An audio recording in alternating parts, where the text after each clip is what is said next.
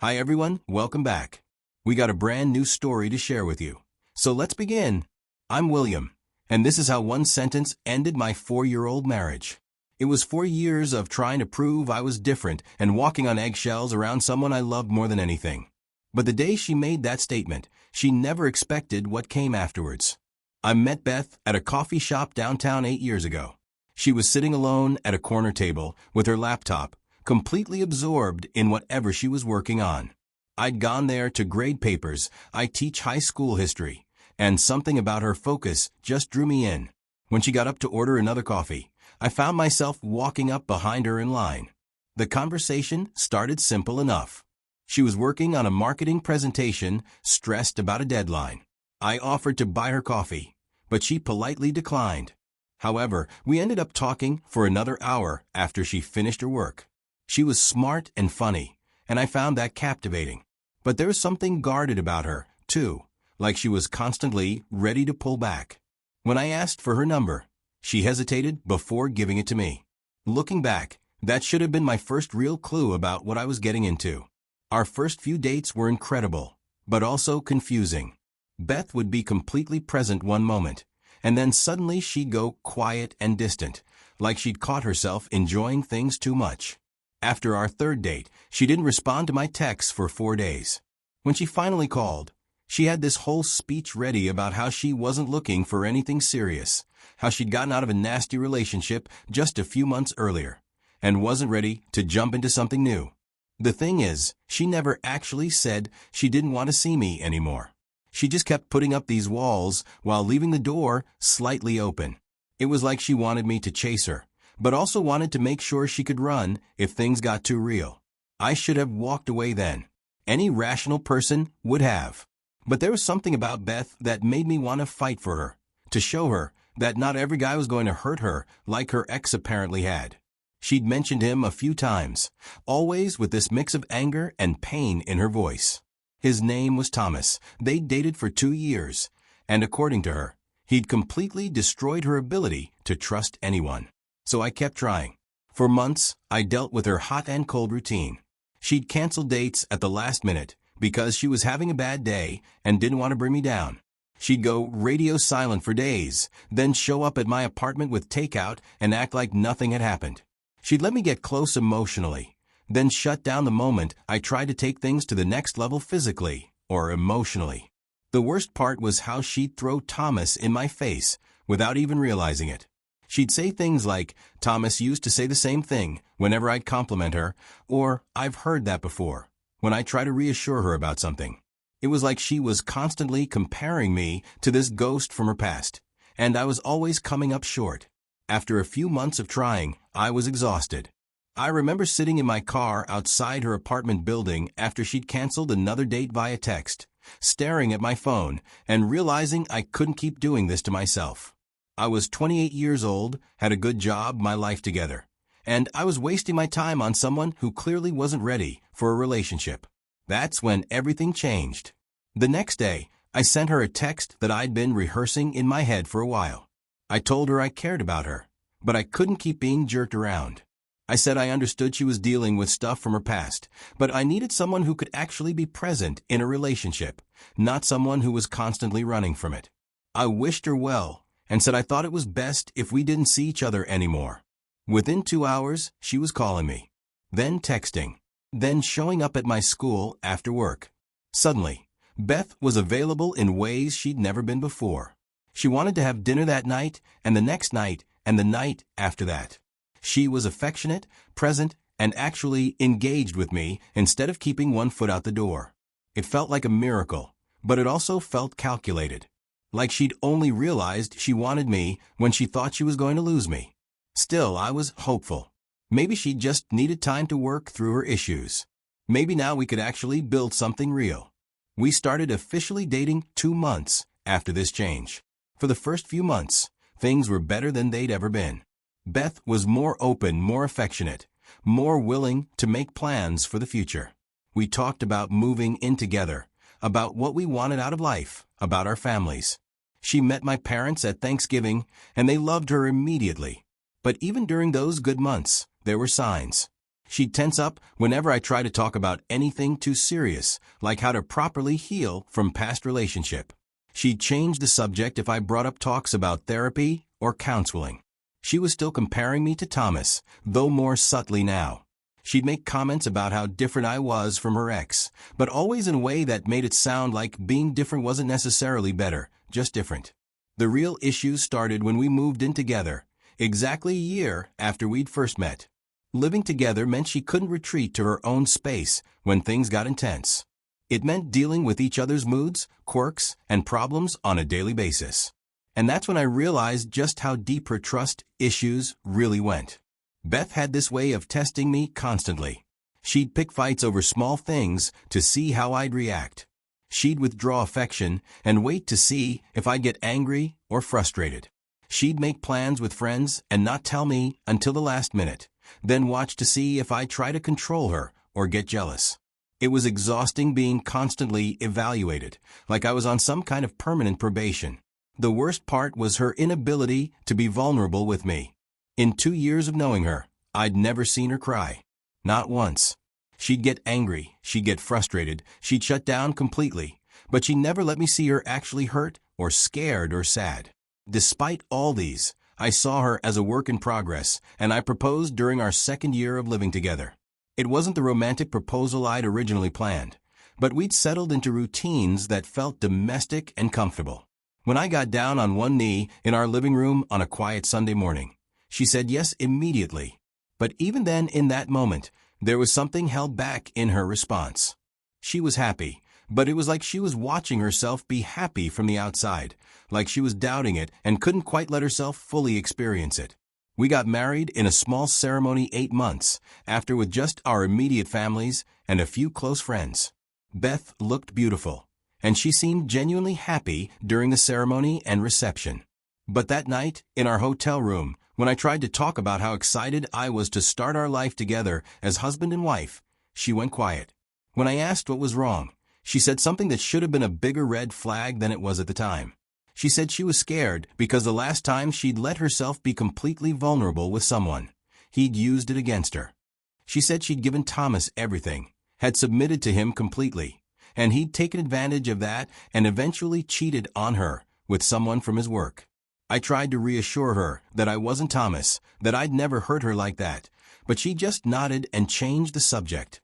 What I didn't understand then was that she'd already decided she was never going to give herself to me the way she'd given herself to him. She'd rather keep me at arm's length forever than risk being hurt like that again. The first year of marriage was rough. We fought more than we'd ever fought while dating. Beth would start arguments over nothing, then escalate them until I'd either get frustrated and raise my voice or just shut down completely. Either response would trigger her, either because it reminded her of Thomas, or because it proved to her that all men were the same. She'd bring up her ex at the worst possible times. During arguments, she'd say things like, "Thomas never would have said that to me," or, "At least Thomas was honest about what he wanted." It was like she was using him as a weapon against me, holding up this relationship that had ended badly as some kind of gold standard I could never measure up to.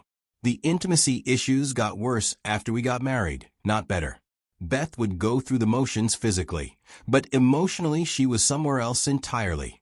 When I tried to talk to her about it, she'd get defensive and say she wasn't a machine. She couldn't just turn her feelings on and off. But the truth was, she'd turned them off completely where I was concerned. By our 2nd year of marriage, I was starting to feel like a stranger in my own relationship. Beth would be perfectly pleasant most of the time, but there was no real connection between us. She'd talk to her friends about things she'd never share with me. She'd make major decisions about her career or our finances without consulting me, then act surprised when I felt left out. Whenever I'd bring up counseling, she'd shut it down immediately. She'd say we didn't need strangers telling us how to fix our problems, that we should be able to work things out ourselves. But we weren't working things out. We were just existing in the same space, going through the motions of being married without actually being partners. The 3rd year was when I started to really lose hope. I'd tried everything I could think of. I'd been patient, understanding, supportive. I'd given her space when she needed it and been there when she'd let me. I'd proven over and over again that I wasn't going anywhere, that I wasn't Thomas, that I could be trusted. But none of it mattered, because she decided from the beginning that she was never going to let me in completely. I started seeing a therapist on my own just to have someone to talk to about what I was going through. Dr. Martinez helped me understand that I couldn't heal Beth's trauma for her, that no amount of love or patience on my part could undo the damage Thomas had done. She helped me see that Beth's refusal to be vulnerable wasn't about me. It was about her own fear and pain. But understanding it didn't make living with it any easier. I was lonely in my own marriage. I felt like I was married to someone who was physically present, but emotionally completely unavailable. Every day felt like I was trying to prove myself to someone who'd already decided I was guilty. The breaking point came on a Tuesday evening. I'd gotten home from work to find Beth in a mood. She'd had a bad day at her firm, something about a client being difficult and her boss not backing her up. I tried to be supportive, asked if she wanted to talk about it, offered to order dinner from her favorite place. Instead of appreciating the gesture, she snapped at me, said I was hovering, that she didn't need me to fix everything for her, that she could handle her own problems. I backed off, gave her space, but apparently that was wrong too, because then she accused me of not caring, of just shutting down whenever things got difficult. I tried to explain that I was just trying to give her what she seemed to want, but she wasn't having it. She started bringing up old arguments, old grievances, things I thought we'd resolved months ago. She said I never really listened to her, that I was just waiting for my turn to talk. She said I was selfish, that everything had to be about me and my feelings. None of it was true, and she had to know that, but she was on a roll. For years of accumulated frustration and pain were pouring out of her, and I was the only target available. I tried to stay calm, tried to de-escalate, but she kept pushing and pushing. Finally, I'd had enough. I told her I was tired of being her emotional punching bag. I said I'd spent 4 years trying to prove I wasn't Thomas, and I was done. I said if she wanted to keep punishing me for what he'd done to her, she could do it alone. That's when she looked me straight in the eye and said, maybe I should have married Thomas instead. At least he was honest about who he was. The words hit me like a physical blow. For years of marriage, 6 years of knowing each other, and she was telling me she wished she'd married the man who'd cheated on her and broken her heart. The man she'd spent years telling me she hated. She now wished she'd married instead of me. I didn't yell. I didn't argue. I didn't try to make her take it back. I just looked at her for a long moment, seeing clearly for the first time that no matter what I did, no matter how much I loved her, I would never be enough. I would always be second choice to a man who'd treated her terribly. I walked to our bedroom, grabbed my wallet and keys from the dresser, and headed for the door. Beth followed me, asking where I was going, saying we needed to finish our conversation. But I was done talking. I'd spent years trying to have conversations with someone who'd never really been listening. I drove straight to my parents' house across town. My mom took one look at my face and knew something was seriously wrong. I told them everything, the whole sorry story of my marriage to someone who'd never really been my wife. My dad, who never always liked Beth, just shook his head and said he'd wondered when I was going to realize I deserved better. I stayed in my old bedroom that night, staring at the ceiling and replaying those words over and over. The next morning, I called in sick to work and drove to see a divorce attorney one of my colleagues had recommended when he'd gone through his own divorce 2 years earlier. He was straightforward about the process, the timeline, what I could expect. Since we didn't have kids and had kept most of our finances separate, it would be relatively simple. I spent that first week at my parents' house, thinking through everything that had led to this moment. Beth called and texted constantly, but I didn't respond. She left voicemails apologizing, saying she'd been angry and hadn't meant what she said. But I knew she had meant it. Maybe not consciously, but somewhere deep down, she'd always believed she'd settled for me. On the following Tuesday, exactly 1 week after our fight, I had the divorce papers served to her at work. I knew it would be embarrassing for her, but I also knew if I tried to give them to her in person, she'd try to talk me out of it. And I couldn't afford to waver on this decision. Dave had advised serving them at her workplace because it was more likely she'd accept them without causing a scene. He was right. According to the process server, she took the papers calmly, signed for them, and went back into her building without any drama. But 10 minutes later, my phone started ringing. Beth called 8 times in a row before I finally answered. She was crying, which I'd never heard her do in all the years I'd known her. She was begging me not to do this, saying we could work it out, that she'd go to counseling, that she'd do whatever it took to save our marriage. She said the thing about Thomas was just something she'd said to hurt me, that she didn't mean it. But I knew better. Pain makes people honest, and in that moment of anger, she told me exactly how she really felt. I'd spent 4 years trying to measure up to a man who'd treated her badly, and I'd finally realized it was an impossible task. She didn't want me to be better than Thomas, she wanted me to be Thomas, and I couldn't do that. Over the next few weeks, Beth's attempts to reconcile became increasingly desperate. She showed up at my school, at my parents' house, at the grocery store where she knew I shopped. She sent flowers to my classroom with notes begging me to call her. She reached out to my friends, my family, anyone she thought might influence me to change my mind. The hardest part was seeing her finally offer everything I'd wanted for years. She was suddenly willing to go to counseling, to work on her trust issues, to be vulnerable and open in ways she'd never been before. She was offering to submit to our marriage the way she'd claimed she'd submitted to Thomas, to give me the emotional intimacy I'd been craving. But it was too little, too late. You can't spend 4 years withholding yourself from someone and then expect them to be grateful when you finally decide they're worth the risk. Trust, once broken, doesn't just magically repair itself because the person who broke it suddenly realizes what they've lost. My therapist helped me understand that Beth's sudden willingness to change wasn't really about loving me more. It was about fear of abandonment. She'd kept me at arm's length for years because she was afraid I'd leave, and now that I actually was leaving, she was panicking. But panic isn't the same as genuine change. The divorce was finalized in February of 2025. Beth contested it initially, hoping to drag things out and convince me to reconsider, but my lawyer advised her attorney that I wasn't going to change my mind. In the end, she signed the papers. I saw her one last time at the courthouse when we finalized everything. She tried to approach me afterward, but I couldn't do it. There was nothing left to say. We'd both said everything that mattered that night. Looking back now, I can see all the signs I ignored, all the red flags I explained away because I loved her.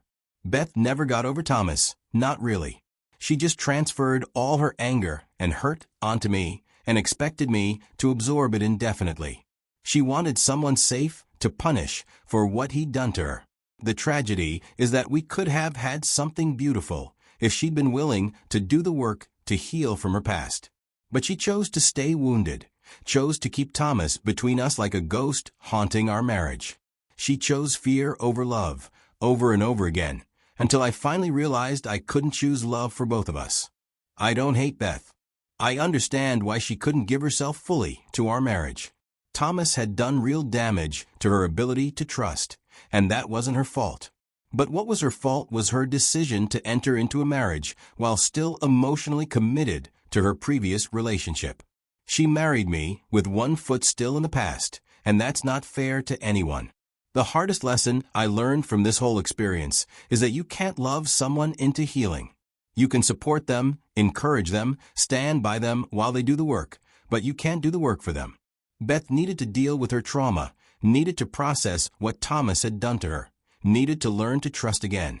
But she had to want to do those things for herself, not just to keep me from leaving. I'm sharing this story because I know there are other people out there dealing with similar situations. Maybe you're the one trying to prove you're different from your partner's ex. Maybe you're the one still carrying wounds from a previous relationship into your current one. Either way, I want you to understand that healing has to come from within. If you're in my position trying to love someone who won't let you in, please know that it's not your job to fix them. You can be patient, you can be supportive, but you can't sacrifice your own emotional well-being indefinitely.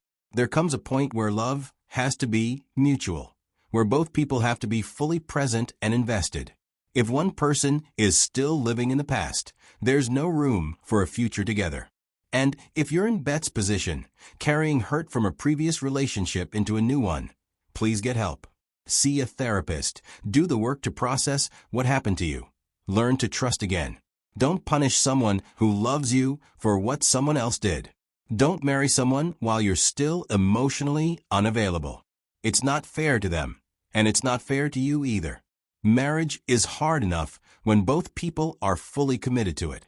When one person is holding back, protecting themselves, keeping one foot out the door, it becomes impossible. Love isn't enough if it's not accompanied by trust, vulnerability, and genuine partnership. I'm doing better now.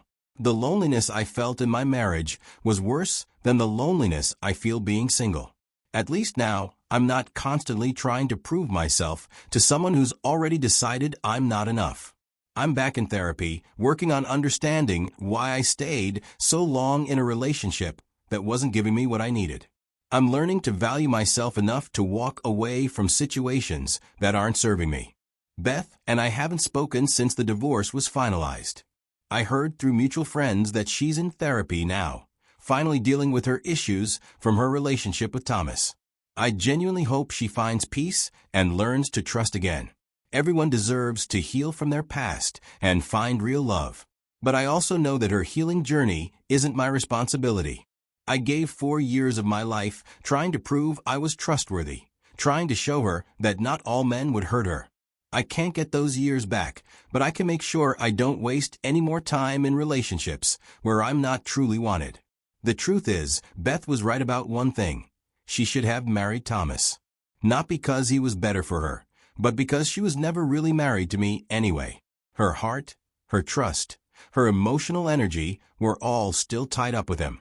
I was just the safe option, the backup plan, the guy who would love her while she figured out how to get over someone else. I deserved better than that. Everyone deserves better than that. Love should be a choice people make enthusiastically, not a consolation prize they settle for out of fear. That Tuesday night, when Beth told me she should have married her ex, she was telling me the truth for the first time in our entire relationship. And sometimes, painful as it is, the truth is exactly what you need to hear to finally set yourself free.